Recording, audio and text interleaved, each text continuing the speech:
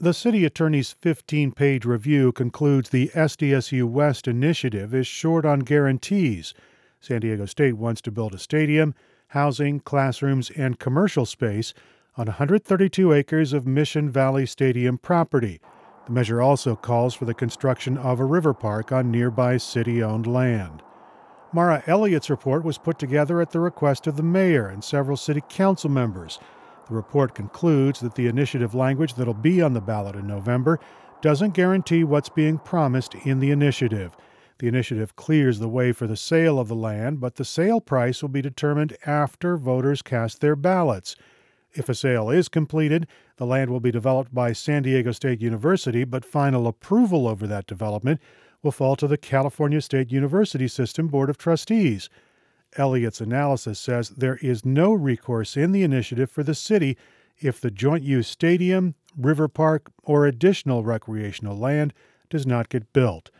SDSU West Steering Committee member Kim Kilkenny says a lot of those details will be worked out after the initiative passes. A municipality, the city of San Diego, cannot compel the state of California to do anything by regulation. But the city can require San Diego State through a sales contract to comply with the provisions of that sales contract. And that's the way the initiative was structured, is it authorizes the city to sell to San Diego State the existing stadium site subject to a whole variety of 26 conditions and any other conditions that the city wants to impose on it. Kilkenny says that includes affordable housing. The city attorney's review questioned whether the city could compel the state to meet the city's affordable housing requirements. Kilkenny says people should consider the future of San Diego. This initiative gives San Diego State land upon which they can grow.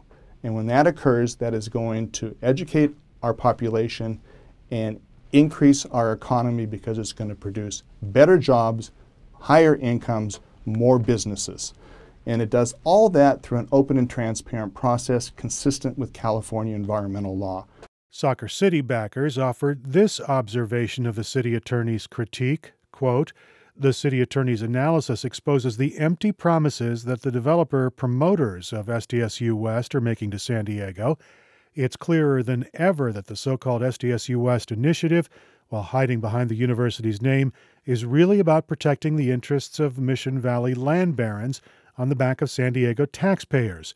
The statement goes on to say Soccer City will transform what's now a drain on the city's finances into something for all San Diegans: a new Major League Soccer and Aztec football stadium, sports and entertainment district, a large river park, and room for SDSU to grow, all without a dime of taxpayer money, unquote. Ultimately, the decision over what happens with this site will rest in the hands of voters. They'll have a choice between SDSU West and the FS Investors proposal. The measure that gets more than 50% of the vote and has more votes than the other initiative will be adopted by the city. In Mission Valley, Eric Anderson, KPBS News.